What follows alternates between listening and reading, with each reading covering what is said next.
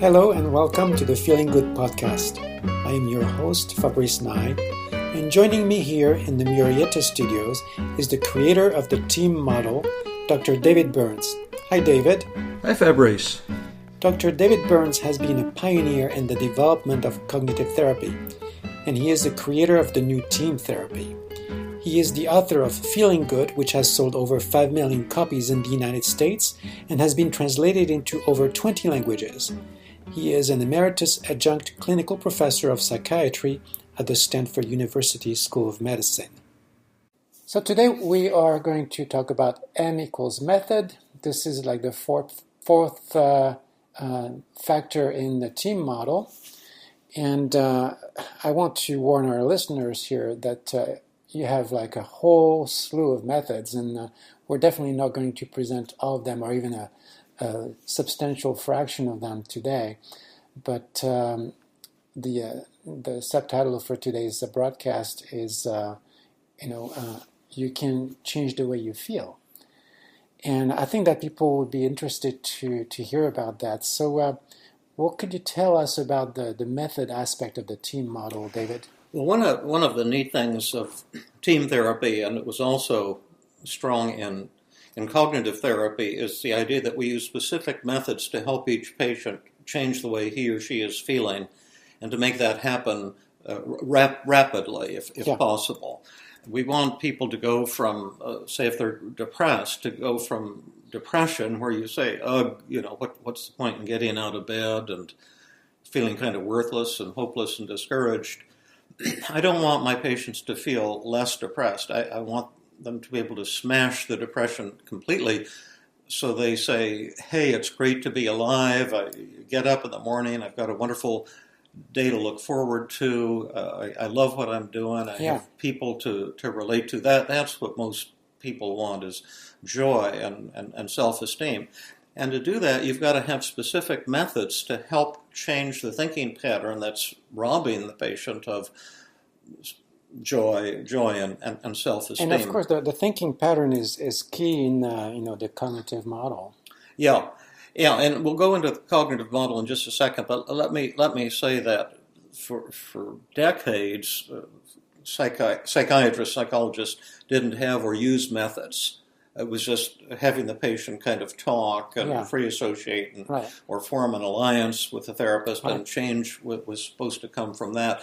Carl Rogers, we might have mentioned this on an earlier podcast, said that empathy is the necessary and sufficient condition for personality change. Yeah, and if you were working with Carl Rogers, maybe that was true, but not everyone is Carl Rogers. Exactly. And but just listening to a patient it is not going to change anything. The patient might like you. You might be the best listener in the world, but the person will still feel worthless and hopeless and maybe suicidal and have a troubled marriage or whatever. So I've developed and learned a tremendous number of methods. For therapists, I have a beginner's toolkit with 50 methods, but I really use probably 100 different methods frequently when I'm doing my clinical work. And some methods are designed to help people overcome depression. Other methods are really powerful for any of the anxiety disorders, like worry or panic attacks or phobias or post-traumatic stress disorder or obsessive-compulsive disorder.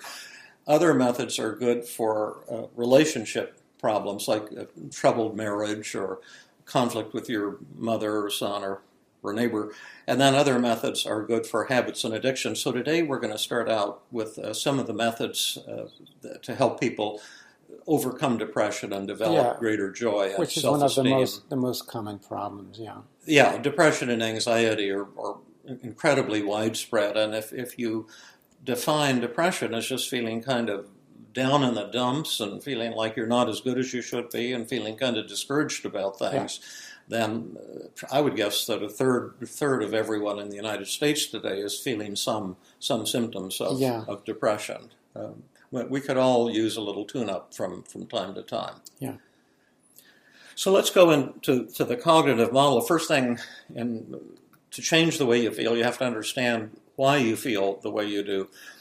And the cognitive model, which we still use a lot of cognitive techniques in team therapy, is based on three assumptions. One is you feel the way you think. It's not so much what happens to us, but the interpretations we make of things that create... The filter. Yeah, and that creates all of our feelings, and that's a pretty radical idea. It's so simple and basic that many people actually don't understand it, and we'll come back to that in just a minute. But that's the first idea. You feel the way you think. Your thoughts create all of your emotions. Number two, when you're depressed or anxious or even angry, the thoughts that trigger those feelings are generally not valid thoughts. They're distorted, they're illogical, they're exaggerated. What we used to call cognitive therapy is based on the idea that depression and anxiety are the world's oldest cons. And when you put the light of those thoughts, when you see through those thoughts, see why they're not valid, see what the truth is, the depression or the anxiety will generally, instantly, and completely disappear. And that's based on the biblical notion, the truth shall make you free. So we'll talk about the 10 common cognitive distortions in just a minute. And then the third assumption is you can change the way you feel by changing the way you think. Yeah, there's a direct cause and effect. Well, wonderful. So let's attack this. What shall we start with here? Well, let's start with the basic idea that our thoughts create our feelings. This goes back to the Greek philosopher Epictetus, who said man or humans are disturbed not by things, not by events, but by the views we take of them. And that was 2,500 years ago, or 2,000 years ago, so this is not a new idea. Yeah. But even before Epictetus, the Buddha, too, was talking about our suffering comes from our thoughts, from our interpretations of reality more than from what actually happens. Yeah. What are we telling ourselves about the world? Yeah. So this was the idea that I was really pushing in my book, Feeling Good, the New Mood Therapy. Yeah. And I was excited at the time. I still am. It's a fantastic insight, and it has tremendous healing power. Well, after the book came out, I started to get the occasional letter. We didn't have email in those days, and usually they were fan letters, very, very complimentary. And this one was from a student, and he said he was studying marriage and family therapy, and he had read the book and he liked it, but he was challenging this idea that only your thoughts create your emotions. Okay. And he says, I'm sure thoughts can contribute to emotions, but you can't. He said, you can't tell me that if something horrible happens, you have to put a thought in your mind to have an emotional reaction. He says, like, for example, suppose you're... Intuitively, that makes sense. Yeah, absolutely. If you threaten somebody of death or some terrible thing, you don't have to put a thought in your mind. The event is going to upset you. Yeah. And he said, the example he gave, he says, suppose you're on a railroad track stuck and there's a train coming. Mm-hmm. It would be natural to feel intense panic. Yeah. And it's the event. And I was coming home from the airport in a taxi, and I had just gotten this letter, and I was reading it, and I was thinking, my gosh, this guy is right. How could I have overlooked that when I wrote the book Feeling Good? And I was feeling really stupid and not knowing how I was going to respond to this fellow. And just as I was going down this place called River Road, which was about a mile from our house, and I was turning, and I was just going to ask you to take a look at the beautiful deer they're staring at us. Isn't that beautiful? There's a deer just outside the window. Yeah, she's looking at us. Yeah, isn't that beautiful? Yeah.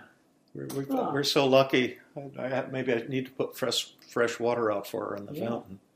Anyway, we were just turning for that interruption to the last turn to my house, and I saw that there was this automobile driving down the railroad track, real slow, just bumpity, driving like as a train would, but an automobile.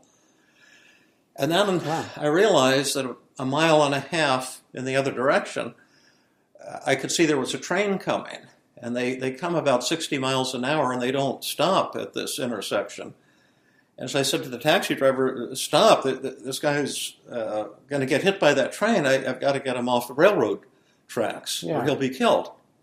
And so I'm feeling panicky, and I rushed up to the car. It was going about 1 mile an hour on the railroad tracks.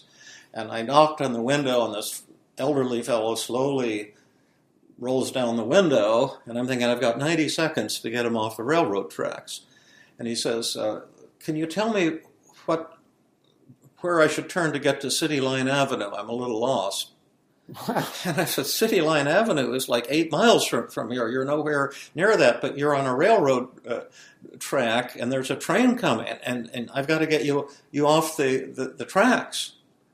And I said, back up, because I wanted him to back up about 30 feet to where the road crossed the railroad tracks. So it was just a big embankment there. And then turn the car and get off the track. So he starts slowly backing up, and I'm telling him, "Speed up now, back up a little faster here. We've only got like a half a minute left." And so finally I get him off the tracks and on the road, but the nose of his car is still on the tracks. Yeah. And now the train is about 20 seconds from impact, and it's got its horn on, like, "Get off the tracks or I'm going to crash into you." Yeah.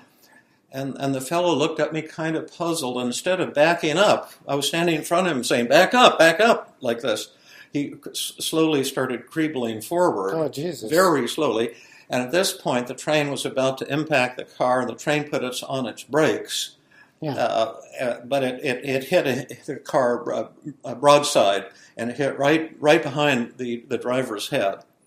And the front part it ripped the car in half, and the front part of the car was knocked about 20 feet in the air and landed near where that taxi was. And I rushed up to the car, and all the windows were smashed.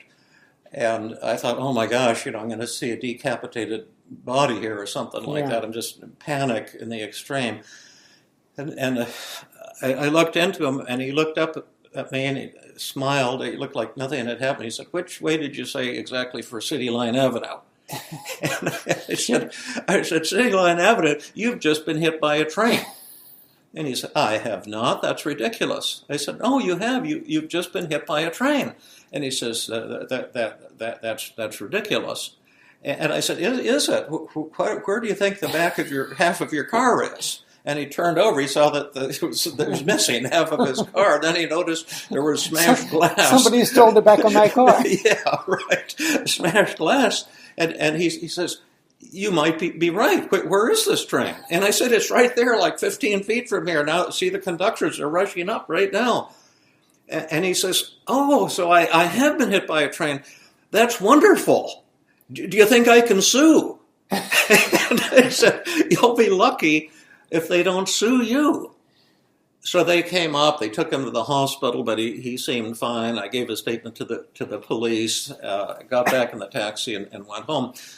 The next day I was jogging past. I can hardly believe it. I've never heard this story before. You haven't. It's a fantastic story. The next day I was jogging past. I saw a younger man, maybe in his 50s, like looking through the rubble. And I stopped and I said, what are you doing? He says, "Oh, there was a train crash here yesterday. A train hit a car, and my father was driving the car, and somebody saved his life."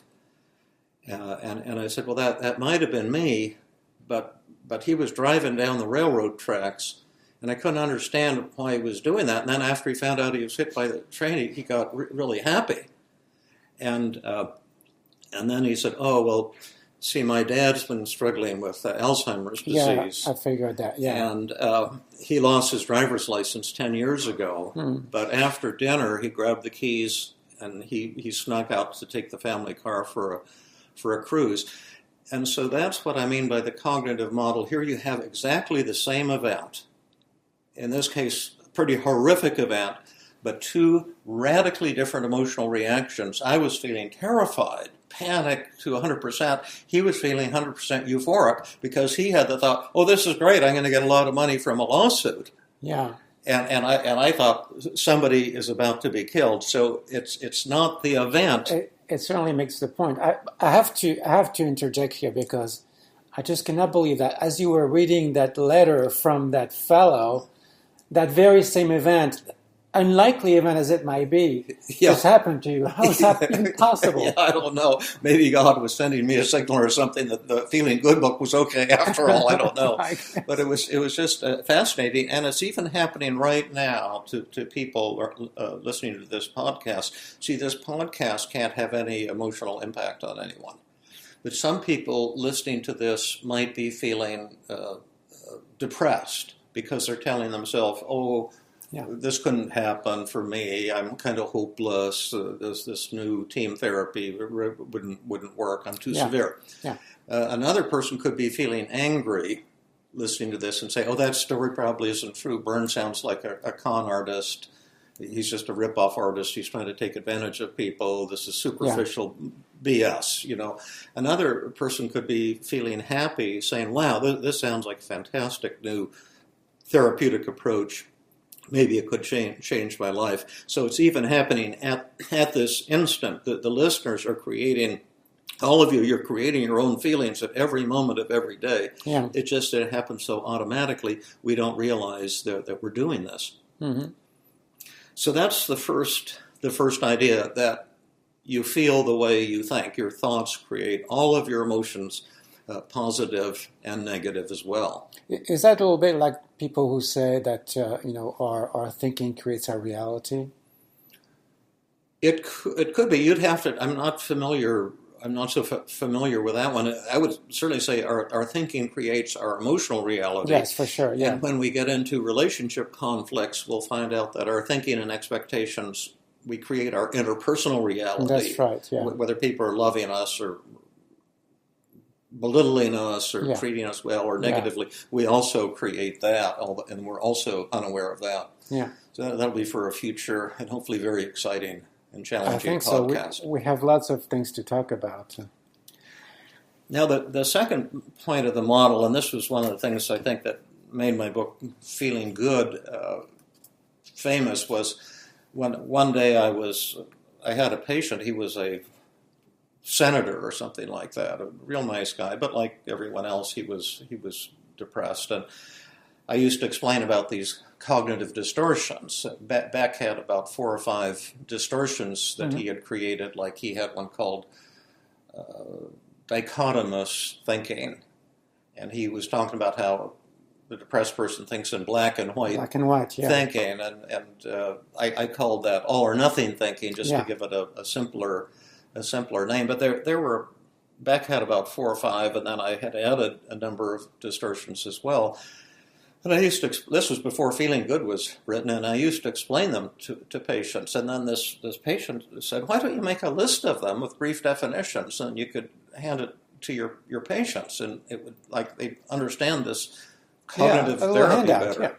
And I got excited. I went home and I made this list, and there were 10 distortions, and I started handing it to patients. They really liked it. Yeah. And that's what eventually evolved into the book Feeling Good.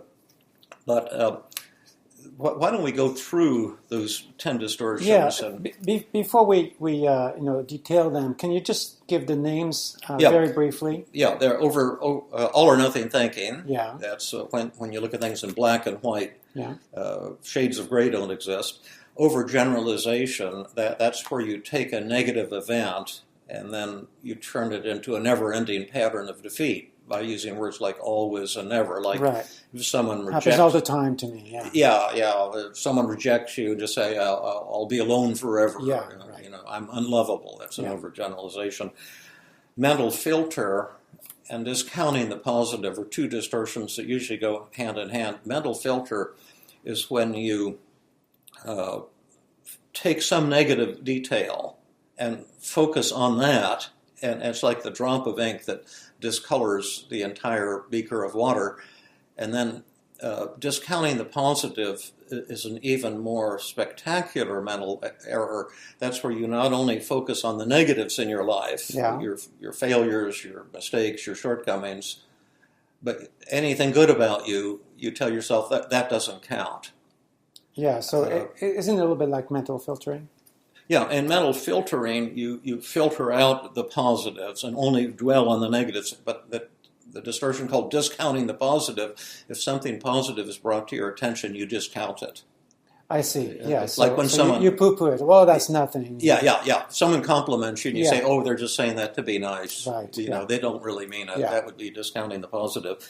And then there's two forms of jumping to conclusions: mind reading and fortune telling. Jumping to conclusions is jumping to conclusions that aren't warranted. Like mind reading is assuming that people are looking down on you or judging you when you have no real evidence for that. Shy people do this a lot.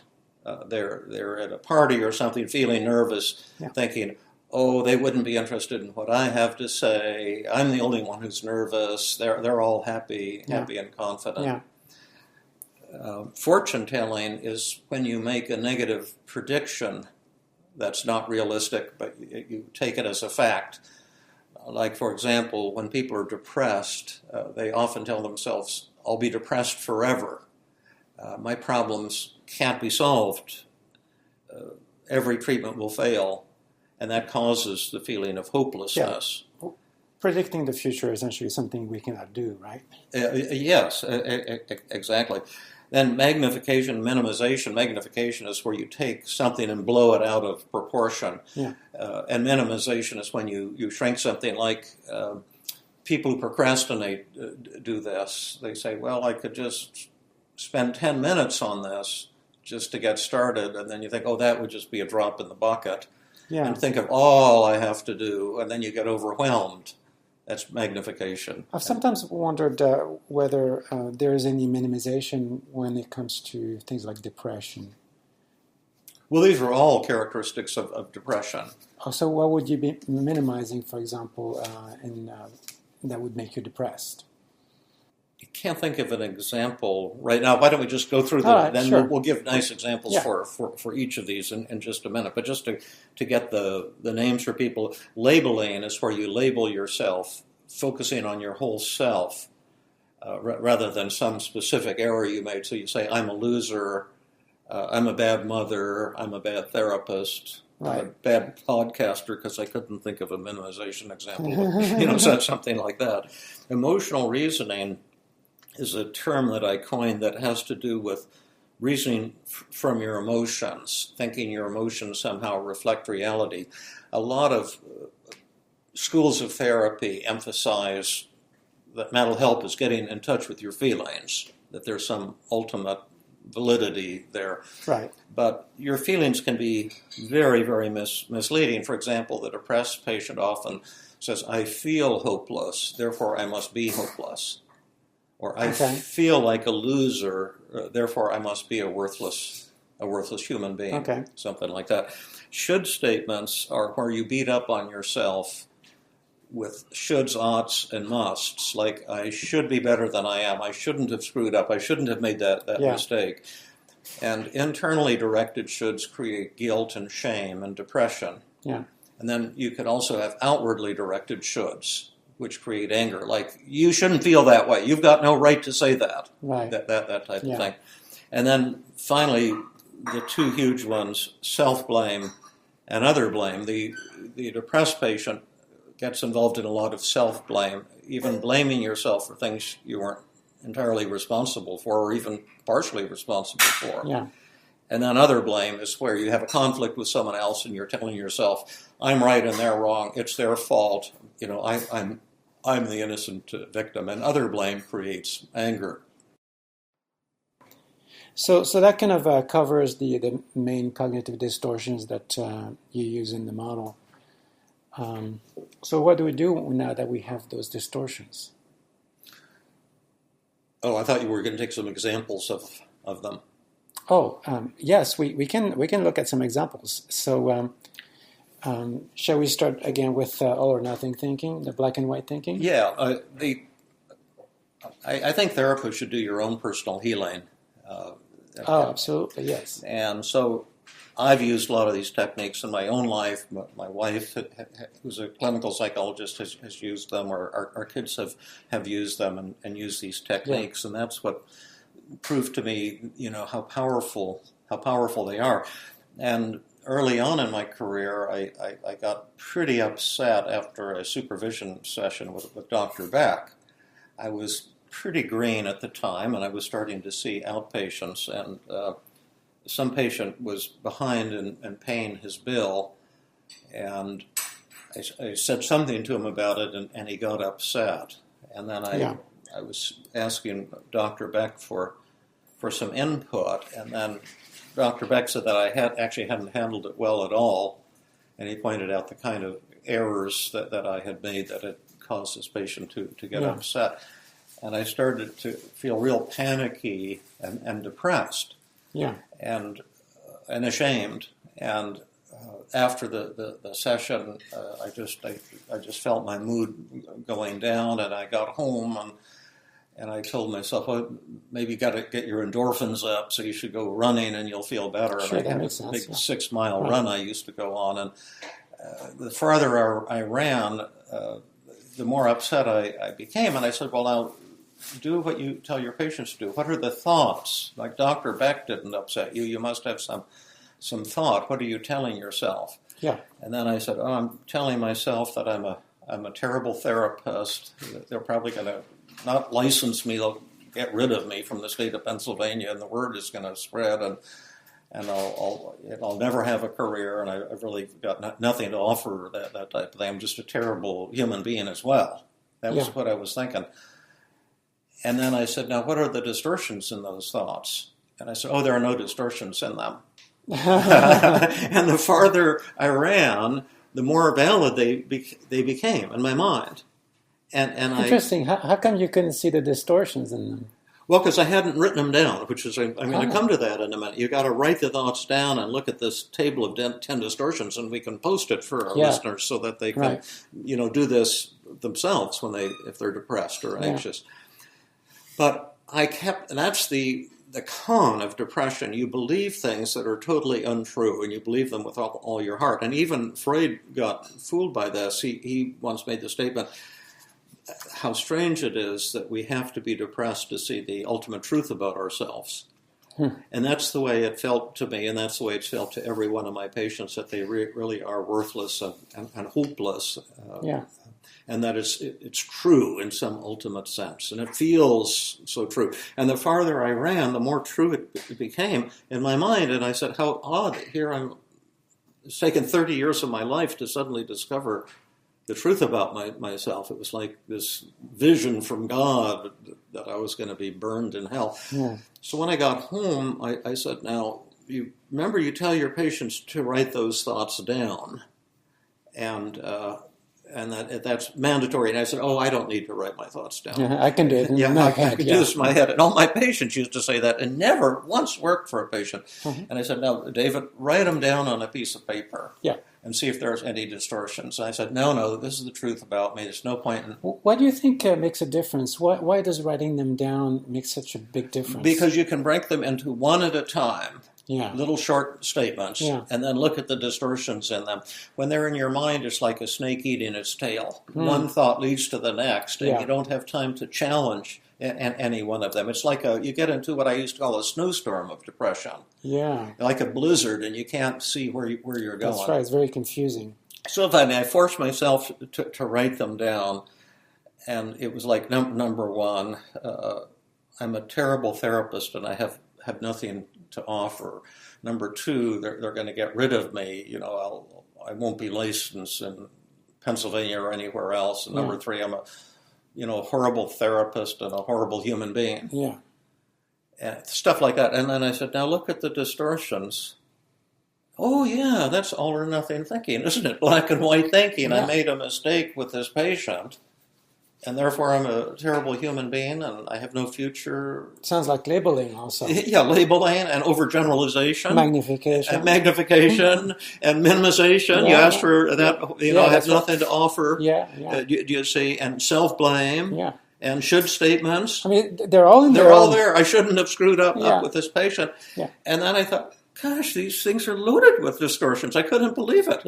And I said, now, what could you tell yourself instead of, I'm a terrible therapist, and in the right-hand column I said, I'm a beginning therapist, and I made a mistake, and I have the right to make mistakes and to learn from the mistakes, and that's how I can grow. And in fact, I can even tell the patient next session I made a mistake and that I felt terrible about it and process it with him, and maybe we can use this as an opportunity to improve the quality of the therapy. And I said, gosh, that's 100% true. I can get behind that. Now, how much do you believe this negative thought, David? 0. And it was easy to talk back to the other thoughts, and my mood, it just lifted, just like that. So just by looking at how distorted the thinking was. Yeah, and coming up with positive thoughts that were 100% true, that smashed those negative thoughts, that crushed the negative thoughts. And it was really, in my case, it was easy to do once I got them on paper. And then I thought, wow, this technique really works. It's so powerful. And then the next Monday, I think it was, I'd seen the patient on Monday and talked to Beck on like Thursday, and then got all depressed Thursday night, and then popped out of the depression, and then I had a session with the patient the next Monday, and I said, listen, Jim, I just want to tell you that I screwed up last time, and I felt terrible about it. I was very thoughtless the way I was pressuring you about the bill, and you had every right to get angry with me, and I hurt your feelings, and I'd love to hear what that was like for you. Maybe we can use this as a chance to deepen our relationship.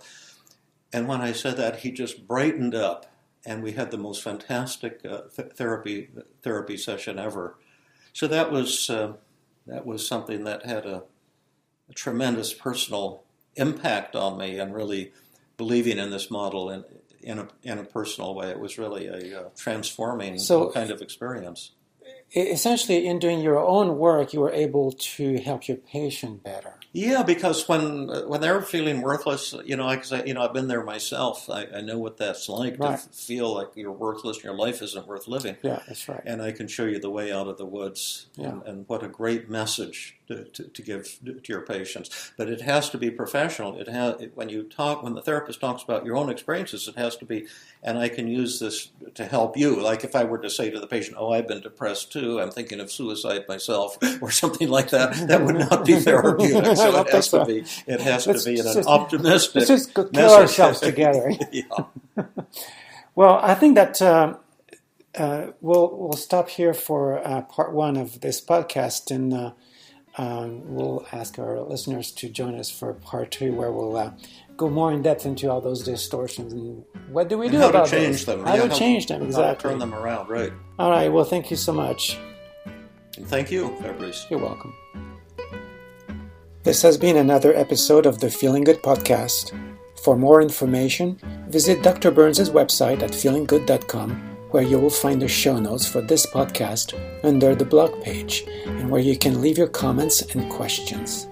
The website has an abundance of resources for therapists as well as non-therapists, including books, workshops, a list of online training groups around the world, and much more. Theme music is Gypsy Jazz in Paris, 1935, composed and performed by Brett Van Donsel. I am your host, Fabrice Nye, and I invite you to join us next time for another episode of the Feeling Good podcast.